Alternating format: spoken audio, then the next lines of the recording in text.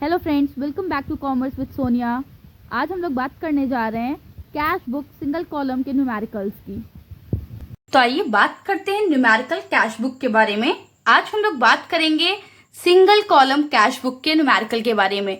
सबसे पहले तो हमें एक चीज ये देखनी होती है कि ईयर क्या लिखा हुआ है और डेट क्या है। ओके, उसके बाद हमने जैसे कि देखा हम लोग के अकाउंट्स में नॉर्मली क्या होता है कि ट्रांजेक्शन्स गिवन होते हैं और साथ में उसका अमाउंट जो है काफी दूर गिवन होता है।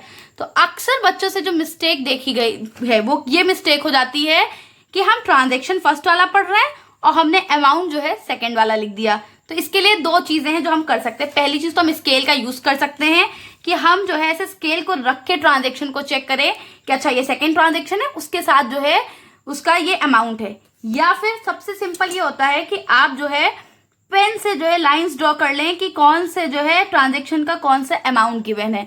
ये आपको हेल्प करेगा कि आपसे कभी भी ये मिस्टेक नहीं होगी कि ट्रांजेक्शन कोई और लिख दिया है और अमाउंट हमने कोई और लिख दिया है।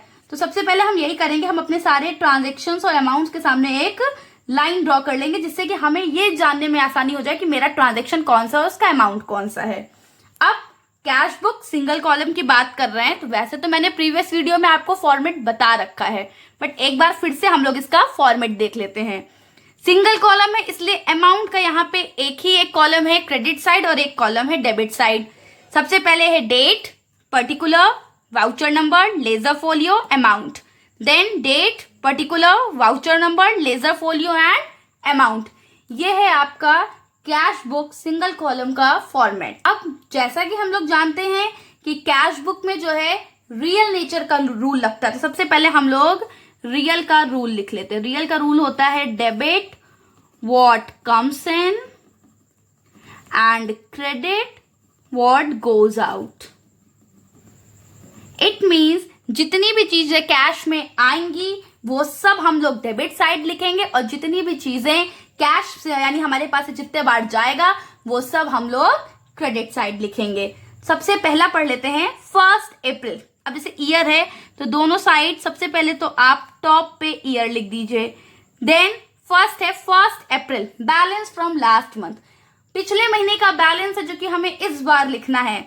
तो सबसे पहले तो हमें डेट लिखनी पड़ेगी April 1।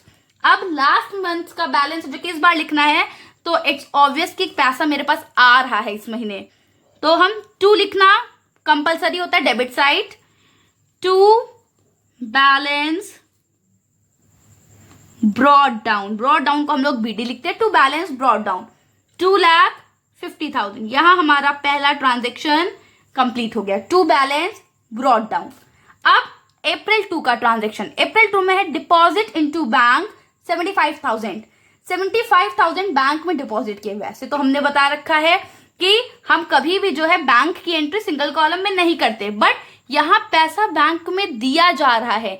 यानी अगर आप जनरल एंट्री के अकॉर्डिंग सोचे तो एंट्री क्या बन रही है, बैंक जो है रिसीव कर रहा है, bank account debit to cash, यानी यहाँ कैश आ रहा है। और क्योंकि रियल अकाउंट क्या कहता है, क्रेडिट व्हाट गोज आउट, हमारे पास से पैसा जा रहा है, कहां जा रहा है, बैंक में। तो यहाँ पे हम डेट लिखेंगे April 2 और April 2 में लिखेंगे बाई बैंक अकाउंट और अपना अमाउंट लिख देंगे 75,000। यहां आपके 2 ट्रांजेक्शन्स कंप्लीट हो गए। थर्ड है April 5, परचेज गुड्स 40,000। 40,000 के गुड्स जो है यहाँ पे परचेज किए गए हैं। अब जैसे कि हम जानते हैं कि अगर हमने गुड्स परचेज किए हैं और कुछ भी नहीं लिखा है तो हम ये मानते हैं कि कैश में परचेज किए हैं। अब गुड्स कैश में परचेज किए तो मेरे पास पैसा आ रहा है कि जा रहा है, मेरे पास से पैसा जा रहा है। और जब भी पैसा जाएगा तो credit what goes out. Date है April 5। अब April 5 की डेट है, लिखेंगे बाई परचेज अकाउंट। हमें ये चीज जनरल एंट्री में ही पढ़ा दी गई थी कि जब भी हम गुड्स को परचेज करते हैं तो हम गुड्स अकाउंट ना लिख के परचेजेस अकाउंट ओपन करते हैं and your amount will be 40,000। Next April 6 की एंट्री है, परचेज गुड्स फ्रॉम रमेश 30,000। यहां रमेश से गुड्स परचेज किए 30,000। आप खुद देखिए नेम आ रहा है रमेश। जब भी ट्रांजेक्शन में किसी का भी नाम आता है इसका मतलब वो ट्रांजेक्शन क्रेडिट ट्रांजेक्शन होता है। और हम लोग यहाँ बना रहे हैं कैश बुक। कैश बुक में कभी भी क्रेडिट ट्रांजेक्शन्स रिकॉर्ड नहीं किए जाते, इसलिए April 6 की एंट्री रिकॉर्ड नहीं की जाएगी कैश बुक में, क्योंकि ये एंट्री क्रेडिट में है, this entry is in credit, और क्रेडिट की एंट्रीज रिकॉर्ड नहीं की जाती हैं। Now April 10, purchase furniture for cash 25। हाँ, इसे रिकॉर्ड करेंगे क्योंकि यहाँ फर्नीचर परचेज कर रहे हैं हम लोग 25,000 का। अब फर्नीचर आ रहा है तो हमारे पास से क्या जा रहा है, कैश, तो बाई फर्नीचर अकाउंट, अमाउंट लिख देंगे 25,000। आज का last transaction April 14, issued cheque to a creditor 40,000। हमने जो है क्रेडिटर को चेक इशू किया है 40,000 का।